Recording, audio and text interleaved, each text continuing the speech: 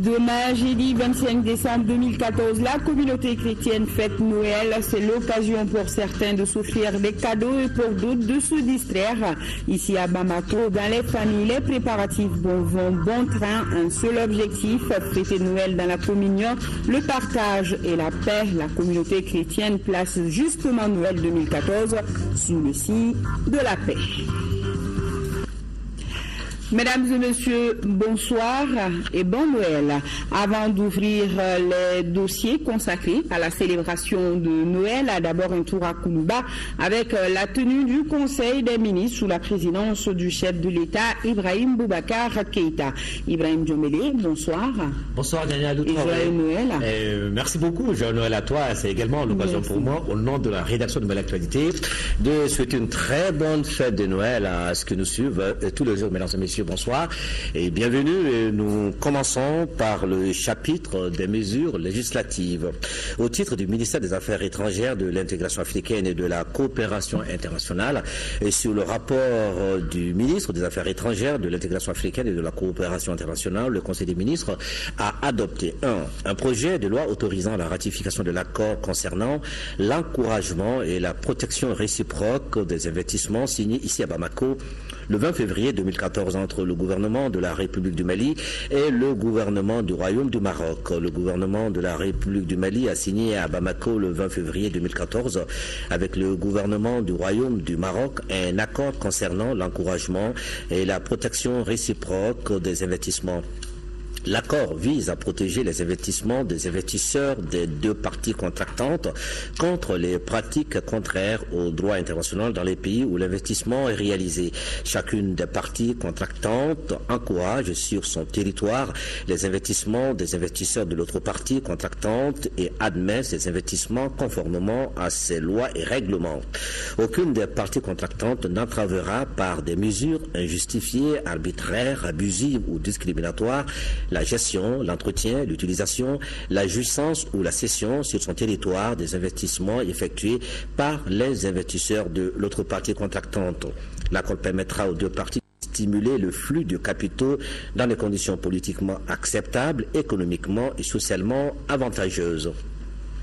Il participe aussi à une réponse aux préoccupations majeures et aux besoins de financement des politiques de développement dans des domaines notamment de création d'emplois et de réduction de la pauvreté. Il permettra de promouvoir et de protéger les investissements dans les deux pays et d'encadrer les procédures d'expropriation et d'indemnisation. La ratification est une étape nécessaire à l'entrée en vigueur de l'accord. 2. Un projet de loi autorisant la ratification de la convention tendant à éviter la double imposition et à prévenir l'évasion fiscale en matière d'impôt sur le revenu, signé ici à Bamako le 20 février 2014 entre le gouvernement de la République du Mali et le gouvernement du Royaume du Maroc. Le gouvernement de la République du Mali a signé à Bamako le 20 février 2014 avec le gouvernement du Royaume du Maroc la convention tendant à éviter la double imposition et à prévenir l'évasion fiscale en matière d'impôt sur le revenu. La convention vise à fixer aux États parties des repères et des règles de conduite en matière d'investissement. Elle définit les règles en vue d'éliminer la double imposition et de lutter contre l'évasion et la fraude fiscale. Elle apporte une solution aux problèmes fiscaux relatifs aux échanges et aux investissements internationaux. Elle contribue à l'amélioration du climat général des affaires en donnant aux investisseurs l'assurance des mécanismes leur permettant de régler d'éventuelles injustices fiscales. Elle s'applique aux impôts suivants.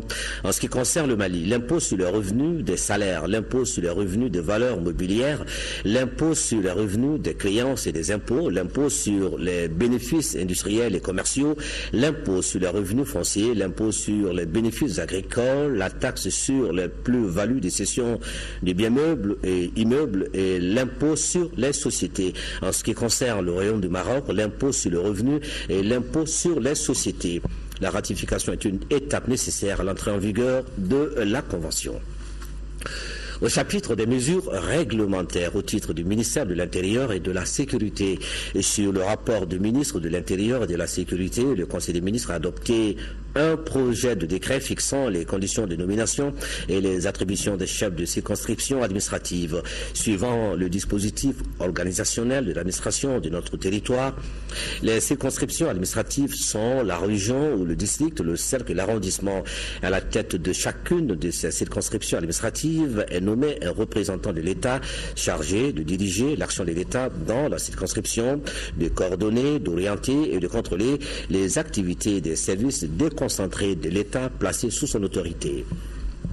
Le présent projet de décret est pris en application des dispositions de la loi numéro 2012-06 du 23 janvier 2012 portant principes fondamentaux de l'organisation administrative du territoire. Il remplace le décret 95-210 PRM du 30 mai modifié déterminant les conditions de nomination et les attributions des représentants de l'État au niveau des collectivités territoriales en vue d'apporter un certain nombre d'innovations majeures, notamment le réajustement des procédures de nomination et des attributions des chefs de circonscription administrative, l'établissement de la cohérence avec les autres textes réglementaires relatifs à l'organisation administrative du territoire, la définition des principes applicables en matière de liaison, la précision des conditions de renouvellement de la prestation des serments par les représentants de l'État.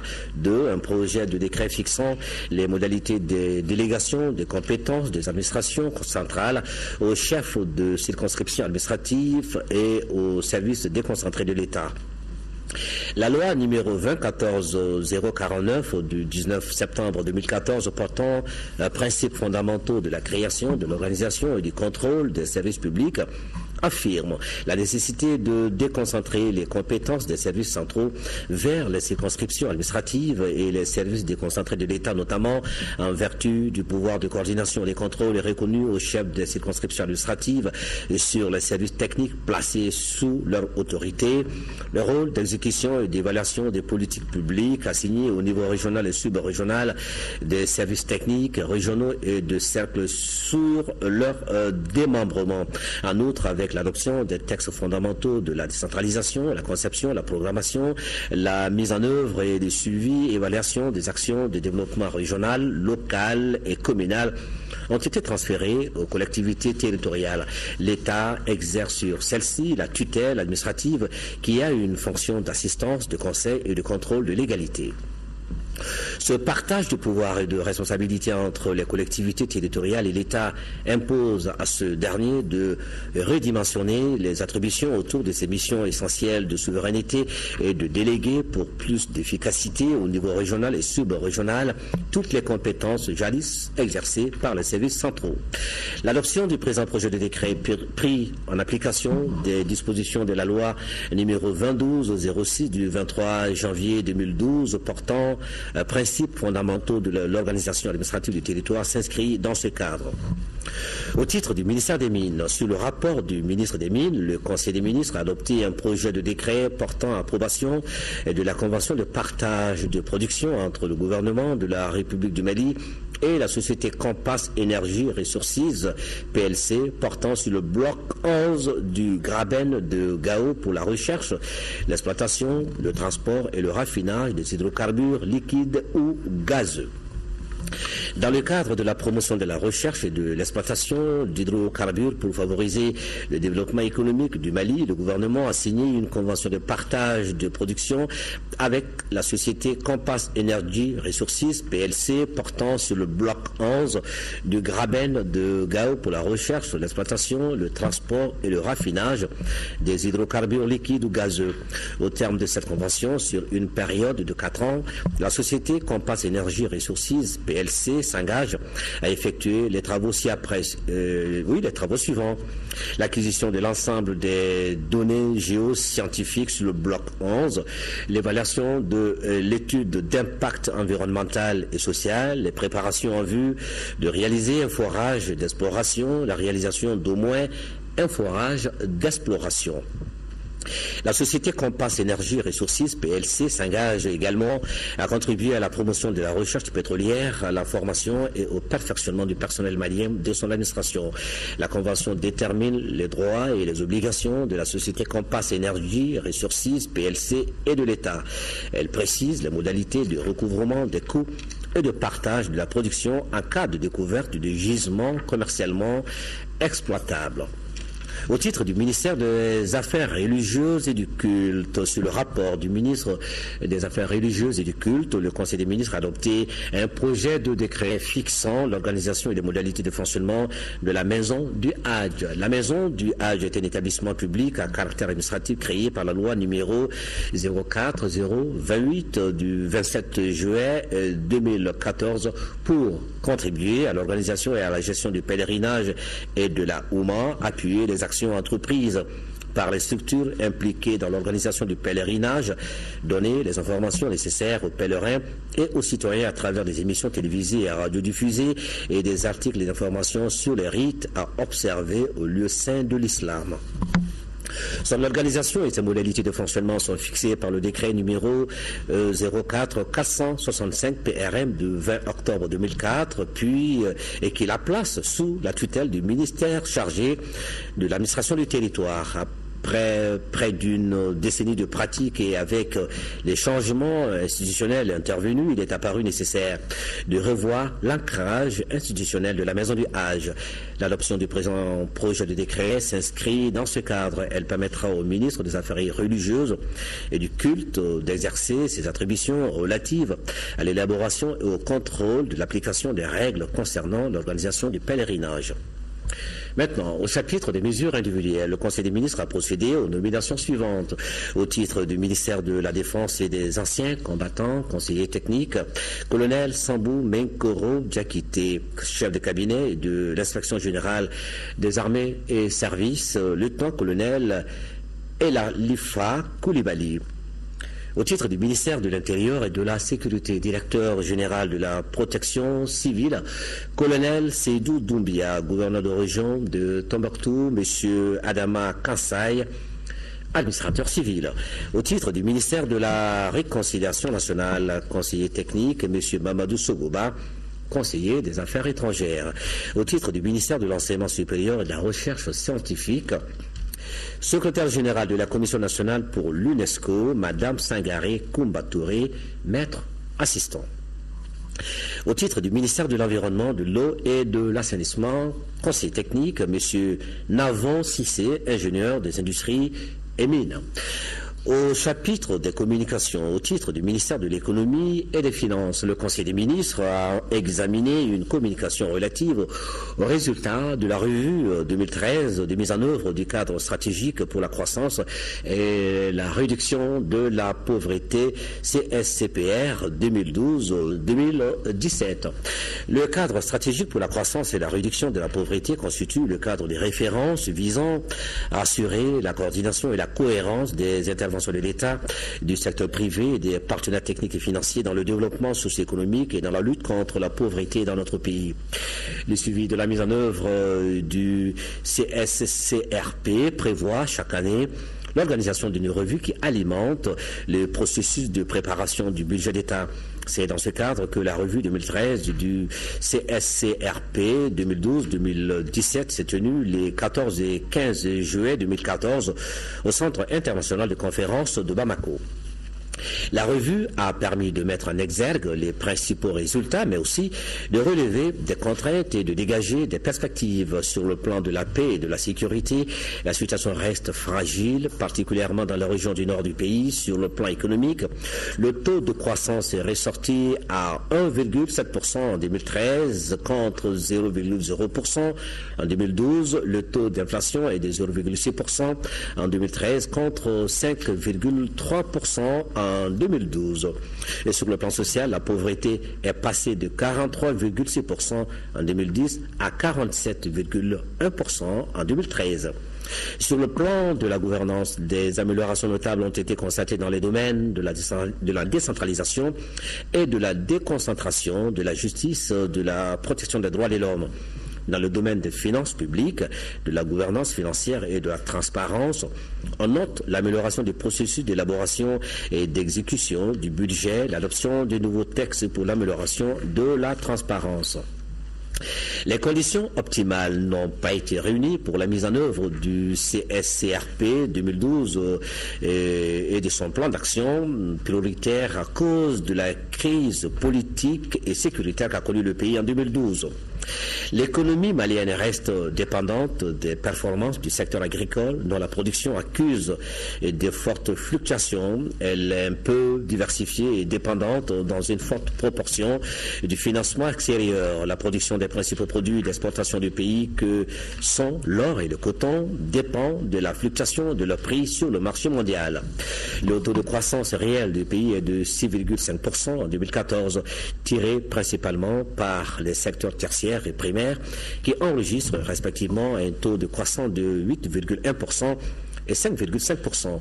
Le taux de croissance réel du secteur secondaire doit s'établir à 4,7% en 2014. En 2014, il est attendu un taux d'inflation de 3,1% contre 0,6% en 2013, légèrement supérieur à la norme communautaire de l'UEMOA qui est inférieure ou égale à 3,0%.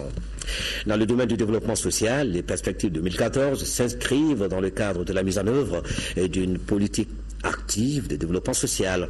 Les actions seront axées autour de l'assistance et de la réinsertion des personnes déplacées, des victimes de catastrophes, du renforcement de la solidarité, la lutte contre l'exclusion, de la promotion des couches vulnérables, de la protection sociale des personnes démunies et du renforcement de la mobilisation sociale. Maintenant, à notre travail. Merci Ibrahima Djambélé. Noël en communion avec des amis chrétiens, je suppose. Absolument, tout le monde est dans la fête. Hein? Merci Ibrahima. Nous sommes donc le 24 décembre, veille de la fête de Noël. Noël, vous le savez, est une fête chrétienne célébrée tous les ans dans le monde du 24 au 25 décembre. C'est l'occasion pour certains de s'offrir les cadeaux et pour d'autres de se distraire. Ici au Mali, beaucoup de chrétiens placent Noël 2014 sous le signe de la paix. Rachel Tessougué nous en parle. Le mot Noël vient du latin natalis, qui signifie naissance. Il commémore la naissance de Jésus-Christ. Chaque année, du 24 au 25 décembre, tous les chrétiens du monde entier célèbrent Noël. Pour les chrétiens, Jésus est le sauveur de l'humanité, mais il est aussi le prince de la paix. En cette année 2014, nous célébrons Noël dans le cadre de la paix, de la réconciliation, puisque en fait Jésus-Christ est venu comme le prince de la paix. Noël est très très lié à la paix et à la réconciliation de l'homme avec Dieu et de l'homme avec l'homme. Jésus, c'est l'envoyé, le messager de paix, et il a apporté la bonne nouvelle du royaume de Dieu qui voulait transformer son monde en un monde de justice, de paix et d'amour, avec la collaboration des hommes, transformation du monde, mais aussi transformation de nos cœurs. Depuis 2012, le Mali traverse une crise sécuritaire. Face à cette difficulté, les leaders chrétiens estiment que nous devons être les imitateurs de Jésus-Christ qui est venu sur terre pour apporter la paix. Si nous connaissons Dieu, si nous voulons imiter Dieu, si nous voulons même être reconnaissants à Dieu, comme Dieu a fait la paix entre lui et nous en Jésus-Christ, nous devrions également être des artisans de paix dans ce monde et vivre en paix dans nos communautés, vivre en paix dans nos familles et proclamer cette paix-là. Nous demandons au peuple, surtout aux femmes, d'agir envers la paix, c'est-à-dire qu'il y ait la paix dans les cœurs pour qu'il y ait une réconciliation au niveau national et que nous suivions les pas du Christ.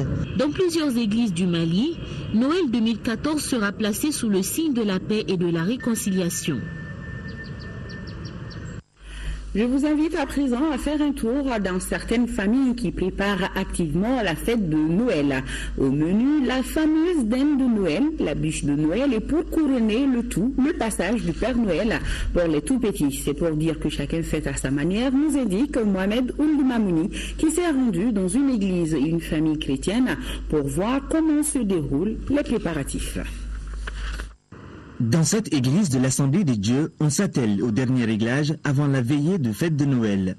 Réglage des ampoules, la décoration et même la sono, rien n'est laissé au hasard. C'est les préparatifs qui vont bon train comme ça. Alors nous préparons une veillée.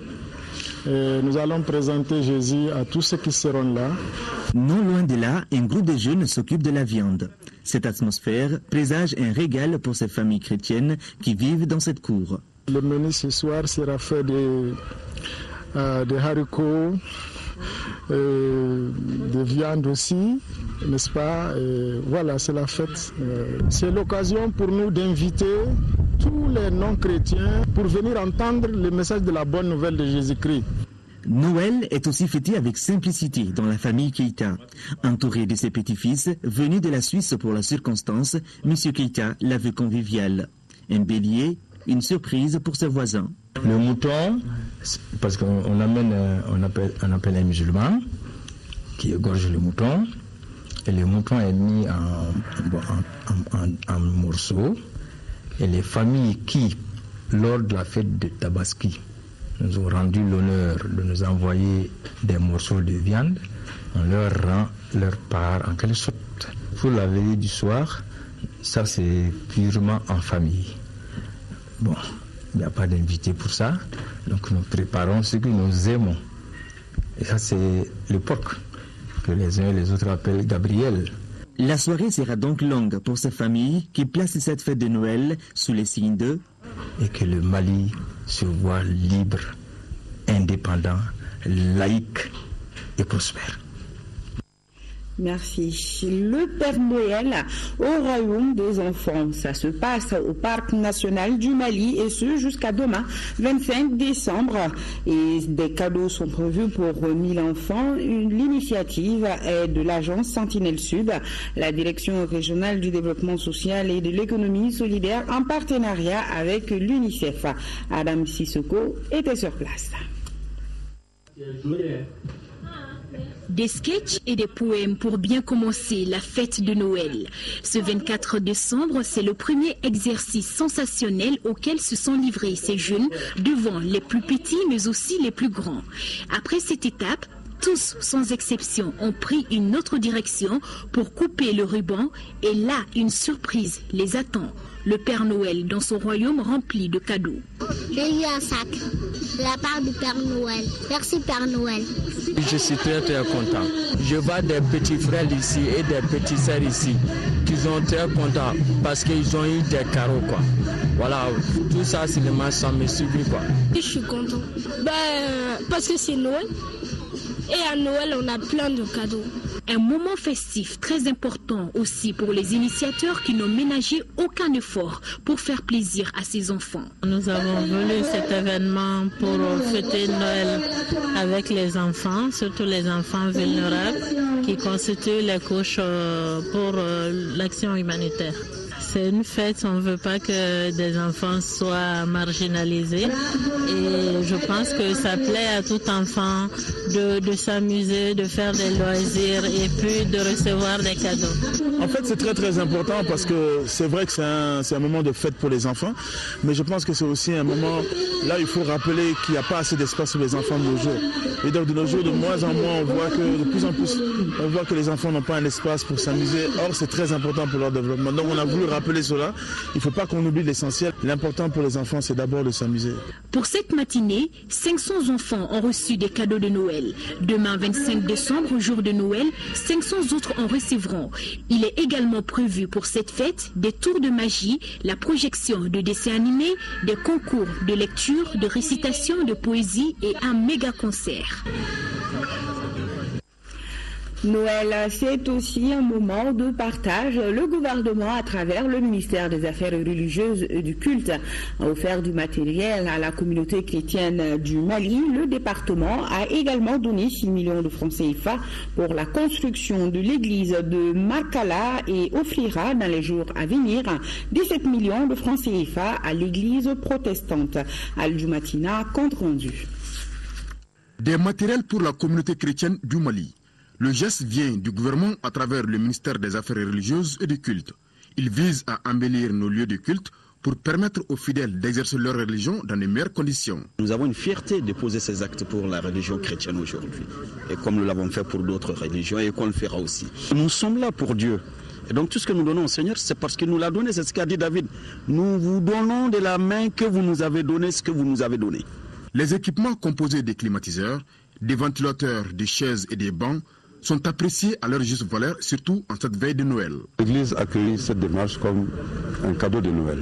Et cadeau de Noël, ça veut dire quoi pour nous? Ça veut dire ce que le président de la République, à travers le ministre des Affaires religieuses et du culte, a fait pour l'Église. C'est un cadeau à Dieu. Parce que Noël, c'est le cadeau que Dieu fait à l'humanité en envoyant son Fils. Et poser un geste à l'orée de cette fête-là, justement, c'est honorer Dieu. Outre cet appui, ainsi que les travaux effectués sur le site du pèlerinage de Kita, le département a offert 6 millions de francs CFA pour la construction de l'église de Markala. Ensuite, il prévoit une enveloppe de 17 millions de francs CFA pour l'église protestante. Et toujours en parlant de la fête de la Nativité pour le ministre des Affaires religieuses et du culte, cette célébration est symbole de retrouvailles, de prières pour le Mali en quête de paix, de réconciliation et d'unité nationale. Nous écoutons Amadou Oumar Diallo, il est au micro de Sokona Kamisekou. L'année 2014 aura été celle des épreuves pour notre pays. La question du Nord, la fièvre à virus Ebola, notre joie pour fêter la venue du Fils de l'homme est donc entamée. Et le tableau de haine, de violence inter- et intracommunautaire, inter- et intra-religieuse, la paupérisation de nos peuples, ne sommes-nous pas devenus des gens de peu de foi? Chères sœurs et frères chrétiens du Mali, notre chère patrie a besoin de vos prières. Ne cédez pas au pessimisme, car Jésus est du côté des faibles. Comme Moïse, face au malheur de son peuple, implorons, supplions nous aussi Dieu, le Seigneur de tous, au-dessus de tous, en tous pour tous, en nous tous, à pardonner nos fautes à la grandeur de sa bonté. Le président de la République salue la courageuse décision de report par l'Église catholique de la plupart des rassemblements, singulièrement le pèlerinage 2014 de Kita, en raison de la présence de la fièvre à virus Ebola dans notre pays à cette période. Chrétiennes et chrétiens du Mali, supportons-nous les uns les autres avec charité, disait saint Paul l'apôtre. Chantons et célébrons le Seigneur pour un Mali de paix, d'amour, de pardon entre tous ses fils. Bonne fête de Noël. À présent, suivons le message de l'archevêque de Bamako, Monseigneur Jean Zerbo. Dans son message, il a mis l'accent sur la matérialisation et l'intégrisme religieux qui sont les maux de notre société. Il encourage les Maliens à vivre dans l'honnêteté, l'intégrité et le pardon pour que la paix revienne au Mali. Monseigneur Jean Zerbo est au micro de Rachel Tessoubi. Bien chers frères et sœurs en humanité, bien chers frères et sœurs en Christ, oh, que passe vite le temps. Déjà Noël et le Nouvel An 2015. Nous le célébrons, marqués par les souvenirs heureux et malheureux de l'année 2014 qui tire à sa fin. Merci au Seigneur pour les joies et les heureux événements qui nous a accordé de vivre et de partager. Chacun sait ce qu'il a reçu de Dieu. Nous savons ce qu'en commun nous avons vécu. Il y a surtout notre attente commune, la paix, sans laquelle rien n'est possible. Daigne le Seigneur faire de chacun de nous des artisans de paix. Noël et le Nouvel An sont, à mon sens, deux occasions providentielles pour réviser notre vision sur l'homme, la personne humaine, ce qui fait sa dignité, son être par rapport à l'avoir, le savoir, les pouvoirs et la nature.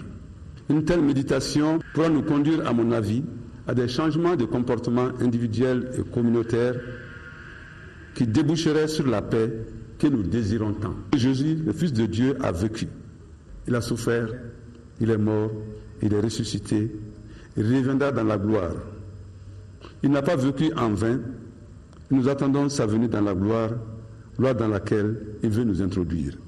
Sa naissance dans notre monde ne peut alors qu'être célébrée avec ferveur et la volonté de chercher à être comme lui, à l'imiter.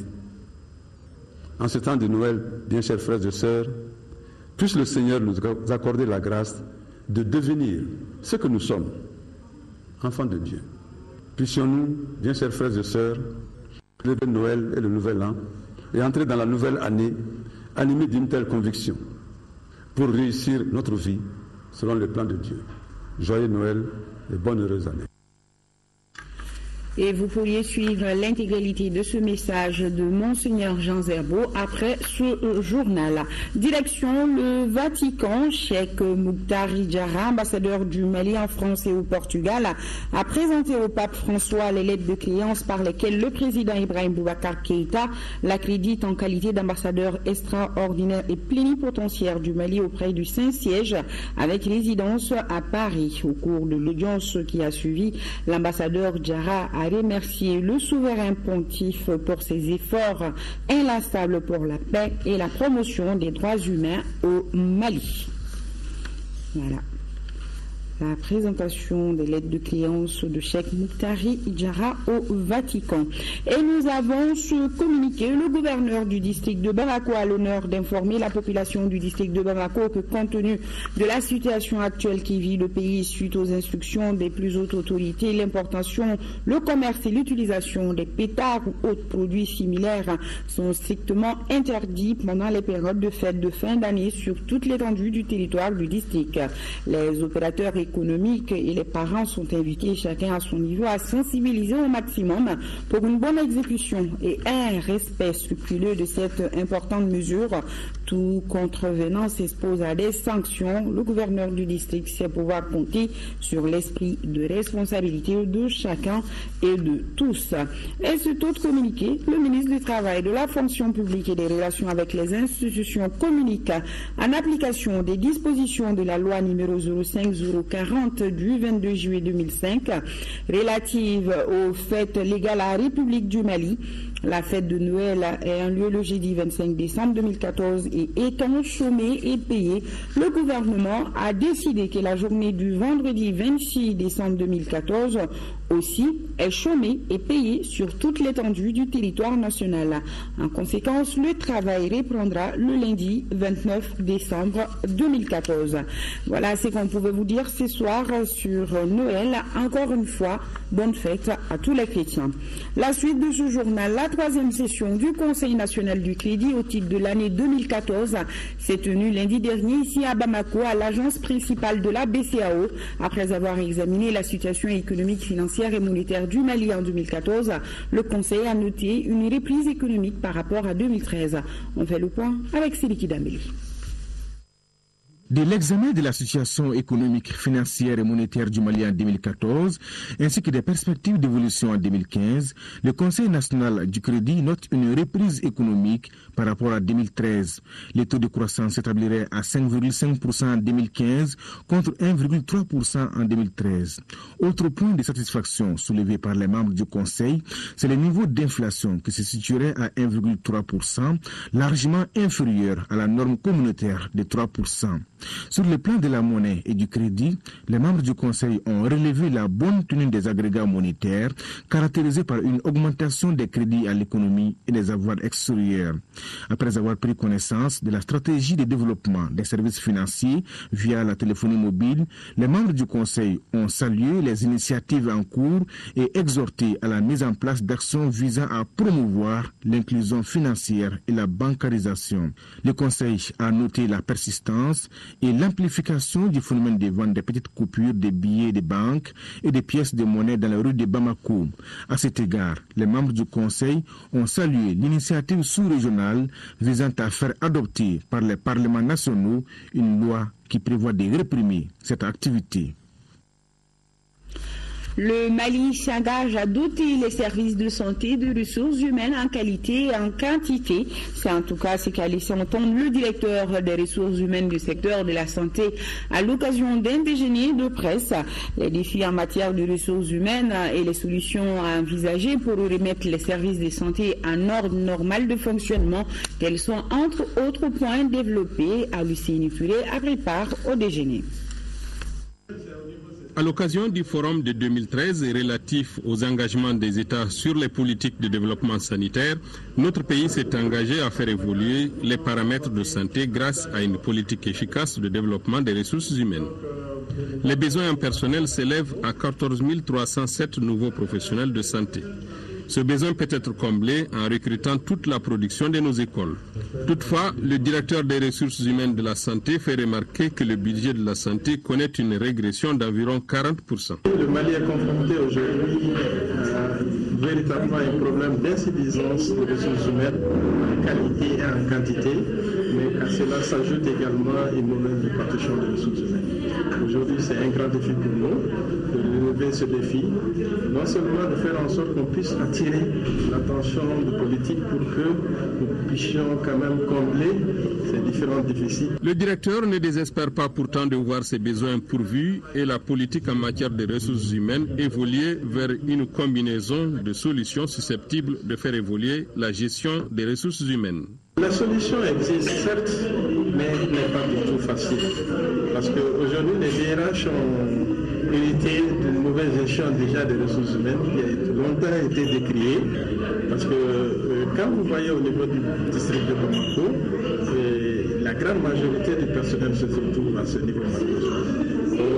Véritablement, le besoin est ailleurs.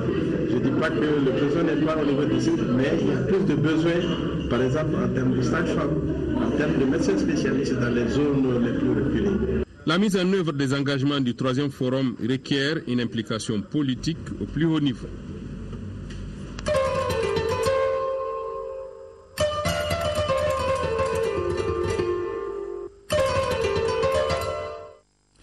Situation de la lutte contre la maladie à virus Ebola au Mali à la date du mercredi 24 décembre 2014. Ce jour, mercredi 24 décembre 2014, un cas suspect a été enregistré. L'analyse du prélèvement sanguin a donné un résultat négatif. Pour un rappel, depuis le 16 décembre 2014, il n'existe plus aucun cas d'Ebola au Mali. En effet, sur 7 cas confirmés, 5 ont entraîné des décès et 2 ont été guéris. Cela dit, la maladie à virus Ebola reste une menace pour le Mali tant qu'elle n'aura pas été vaincue dans les pays de la sous-région où elle a été déclarée. C'est pourquoi le gouvernement appelle l'ensemble des populations, surtout le territoire, à maintenir la vigilance en observant les règles de prévention. Les festivités de fin d'année ne doivent aucunement faire oublier les mesures d'hygiène et de précaution nécessaires à la prévention de la maladie. Il est toujours conseillé de se laver les mains au savon avec de l'eau propre et d'éviter les accolades et de se serrer les mains. Le gouvernement invite la population à continuer d'utiliser les numéros verts pour déclarer tout cas suspect ou demander des informations au 80 00 89 89, 80 00 88 88, 80 00 77 77. Ce matin, la Fondation Orange Mali a remis au ministère de la Santé un important lot de kits d'hygiène contre la maladie à virus Ebola. La valeur du don est estimée à 10 millions de francs CFA. Écoutons Diallo Awa, l'administratrice générale de la Fondation Orange Mali. Elle est au micro de Boubacar Sissoko. Afin d'accompagner les autorités de notre pays dans la prévention contre cette redoutable épidémie, la Fondation Orange Mali est heureuse d'offrir aujourd'hui plusieurs lots de kits d'hygiène constitués de 2 barriques à robinet de 50 litres, 25 thermomètres électroniques flash, 1000 gants d'examen médicaux, 100 gants de ménage, 500 savons liquides de 500 ml, 1250 gels antibactériens de 500 ml, 5000 bavettes, 50 litres de grésil, 100 paquets de 10 sacs de poubelle, 10 raccords de 50 mètres et 5 fûts de 500 en cours de livraison, pour une valeur de près de 10 millions de francs CFA. À travers cette contribution, la Fondation Orange Mali entend apporter sa pierre au dispositif de prévention, prises contre la fièvre Ebola et invite les populations sur l'importance du respect des mesures de prévention. Face à cette menace sans cesse grandissante et singulièrement après le premier cas avéré d'infection à virus Ebola au Mali, les autorités maliennes ont déployé une stratégie de lutte contre ces fléaux dévastateurs.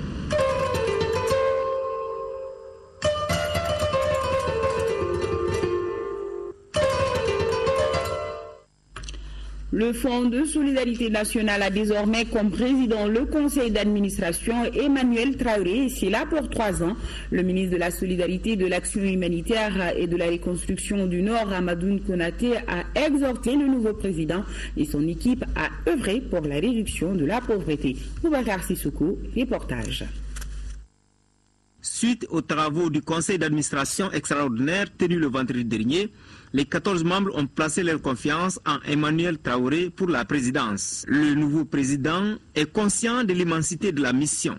Fort de son expérience et de son expertise en la matière, le nouveau président compte déployer des stratégies nouvelles pour nouer des partenariats féconds afin de relever les nombreux défis auxquels les populations sont confrontées. À l'entame de notre mandat, il nous faudra élargir les lignes directrices d'une véritable offensive en matière de lobbying envers des cibles appropriées pouvant convaincre les partenaires.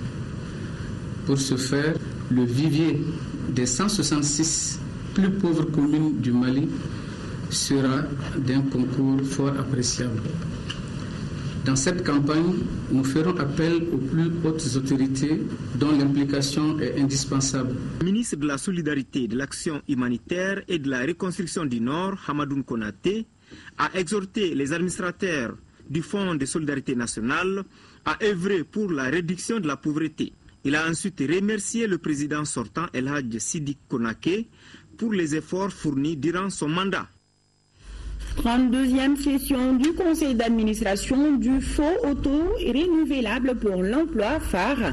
L'adoption du projet de programme d'activité 2015 de projet de budget 2015 est évalué en recette à plus de 816 millions de francs CFA. Mahamadou Doumbia, compte rendu. Pour cette 32e session de son conseil d'administration, le Fonds auto-renouvelable pour l'emploi phare avait à son ordre du jour l'adoption du procès verbal de la 30e session ordinaire relative au budget, le contrôle des tâches, l'examen du point d'exécution 2014 et l'adoption du budget 2015. Et enfin, le projet programme d'activité 2015 et la divers. Ainsi, dans le domaine des activités de création et de développement d'entreprises, le programme prévoit la création de 400 PME-PMI pour un montant de 750 millions de francs CFA avec la création de 700 emplois permanents. En ce qui concerne le cautionnement des entreprises, 95 entreprises seront renforcées pour un montant de 950 millions de francs CFA. Ces actions permettront la création de 475 emplois permanents et 760 emplois par jour. Dans le cadre de la mise en œuvre du projet d'appui aux commerçants détaillants, il est prévu l'accompagnement de 200 commerçants pour un montant de 400 millions de francs CFA. Le projet de budget 2015 soumis par la direction exécutive à votre appréciation est arrêté en recette la somme de 816 877 900 francs CFA et 243 199 600 francs en termes de dépenses, dont un montant dédié aux investissements de 20 765 000 francs CFA. Il dégage cependant un excédent de 573 millions de francs CFA. Le programme d'activité 2015 du Fonds auto-renouvelable pour l'emploi vise à consolider les acquis, à adopter la promotion et l'auto-emploi par la création de petites et moyennes entreprises, sans oublier la promotion des entreprises existantes. Et nous avons surtout communiqué 19 milliards 22 753 000 francs CFA comme contribution au financement du programme économique de notre pays. C'est le montant que vient de décaisser l'Agence française de développement AFD en faveur du Mali, disponible depuis le 19 décembre dernier dans le compte courant de l'Agence comptable centrale du Trésor. Dans un courrier adressé au directeur de l'AFD au Mali, le ministre de l'économie et des finances confirme l'encaissement de cette somme somme qui représente la première tranche sous forme de près de 16 milliards 398 millions 925 000 francs CFA et une subvention de 2 milliards 623 millions 828 000 francs CFA pour le financement partiel du programme économique du Mali pour les années 2014 et 2015. Donc un total de 19 milliards 22 millions 753 000 francs CFA. Ces appuis budgétaires qui résultent des accords de financement signés en novembre dernier entre le gouvernement du Mali et l'Agence française de développement vont contribuer à la croissance et à la réduction de la pauvreté dans notre pays. Direction Ségou avec ce bel exemple de partenariat entre Maliens et Turcs. Et Safed Saïder vient de venir en aide à 11 femmes malades de fistules. L'occasion était également opportune pour favoriser l'échange d'expériences entre les chirurgiens. Le reportage de Fousseini Samaki. Ces partenariats entre l'hôpital Nianangoro Fomba de Ségou et le projet fistule obstétrical turc à travers le collège Horizon de Ségou a permis à 5 docteurs turcs et les chirurgiens maliens d'échanger leur expérience en chirurgie obstétricale. 11 patients sont concernés par cette opération qui devrait permettre sans nul doute aux chirurgiens ségouviens de renforcer leur capacité technique à la matière. Leur intervention nous apporte leur expertise en la matière, surtout s'il s'agit de fistules compliquées, comme c'est le cas.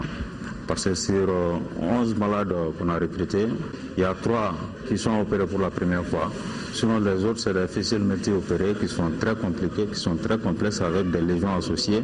Ce n'est pas souvent évident pour un chirurgien novice de pouvoir apporter la solution qu'il faut. Les patients maliens ils sont généralement très jeunes. Pour leur vie sociale aussi, c'est très difficile.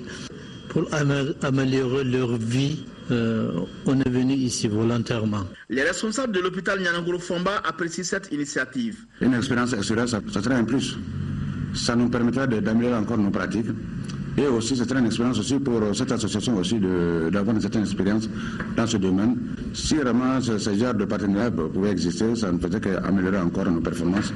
Au cours de ces 18 derniers mois, 56 malades de fistules sont pris en charge par l'hôpital Nianangoro Fomba de Ségou avec un taux de réussite de près de 70%. Lancement en deuxième région du projet national de formation professionnelle, d'insertion et de l'entrepreneuriat des jeunes ruraux, coût de réalisation plus de 28 milliards de francs CFA. Deima Kone, correspondance.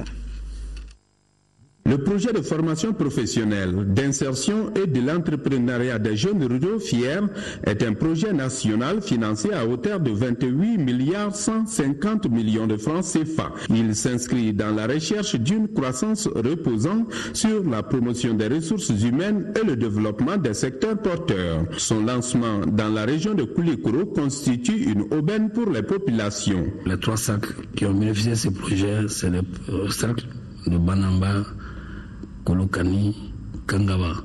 En réalité, c'est pour que ce cercle-là, les enfants de ce cercle-là puissent réellement rester dans leur localité. Le département en charge de l'emploi et de la formation professionnelle à travers ce projet prône l'accès des jeunes ruraux, femmes et hommes à des opportunités d'insertion et d'emploi rentables. Les domaines cibles sont l'agriculture et les activités économiques connexes. L'insertion va toucher au minimum 10 000 jeunes dans la région de Koulikoro. Globalement, sur l'ensemble du pays, il y aura 2 000 villages qui vont être concernés. Le projet FIER comporte 3 composantes. La première composante opérationnelle, c'est l'amélioration, le renforcement des capacités et l'offre de formation. La deuxième composante opérationnelle, c'est l'appui aux initiatives des jeunes. La troisième composante, c'est la composante gestion du projet. Ce projet qui couvre 8 régions du Mali dure 8 ans. Il devra bien profiter aux jeunes ruraux de 15 à 40 ans en quête d'une situation professionnelle. Nous sommes en deuxième région, restons-y avec la tenue à l'IPR IFRA de Katibougou de la première session ordinaire de cet institut. Et nous retrouvons encore une fois Rima Kone. Il ressort du rapport financier de cette première session du conseil d'administration de l'IPR-IFRA que le budget d'exécution 2014 s'élève en recettes et en dépenses à environ 1 milliard 641 millions de francs CFA contre plus d'1 milliard 614 millions de francs CFA. Le budget prévisionnel 2015 en recettes et en dépenses se chiffre à la somme d'1,684 milliard de francs CFA, soit un taux d'augmentation de 2,69% par rapport à 2014, ce qui permettra à l'IPER-IFRA de faire face aux défis qu'il se doit de relever. Le premier défi le plus important, c'est au niveau de l'employabilité de nos sortants. Les diplômés, s'ils ne parviennent pas à avoir de l'emploi au niveau de la fonction publique qui recrute actuellement très peu, au niveau des ONG, au niveau des programmes qui parviennent vraiment à s'auto-employer. D'autres défis, c'est aussi, comme je l'ai dit, contribuer à la promotion de la recherche scientifique et technologique. Pour relever ces défis, il faut trouver une solution à l'insuffisance des salles de classe, des équipements de laboratoire, la faible sécurisation du domaine foncier. Il y a des contraintes majeures, aussi bien au niveau de l'IPR que dans le système universitaire de façon générale. Ce que le Conseil a suggéré, c'est que ces contraintes soient prises en compte dans le cadre d'un plan stratégique et que ce plan soit décliné en programme de façon à ce que ces contraintes progressivement puissent être levées en fonction des possibilités de l'État, en fonction de l'implication des partenaires et en fonction aussi des ressources internes de l'Institut. L'IPER-IFRA compte aujourd'hui 1392 étudiants et 150 enseignants. De 1969 à 2013, il a formé plus de 11 200 diplômés. Le ministre de l'Intérieur et de la Sécurité convie en réunion les présidents des partis politiques ou leurs représentants le lundi 29 décembre 2014 à partir de 10h dans la salle de conférence du gouvernorat du district de Bamako. L'ordre du jour comporte un seul point, restitution des travaux des pourparlers intermaliens d'Alger par le haut représentant du président de la République pour le dialogue inclusif intermalien. Le monde de la santé est en deuil. Le professeur Bala Coulibaly n'est plus. Pédiatre qui a servi des années durant à la pédiatrie de l'hôpital Gabriel Touré est décédé à l'âge de 80 ans, décoré commandeur de l'Ordre national à titre posthume par le président de la République. Il a été conduit cet après-midi à sa dernière demeure par ses parents, amis et collaborateurs. Batraouri, reportage. Au nom de la République du Mali, nous vous faisons commandeur de l'Ordre national du Mali à titre posthume.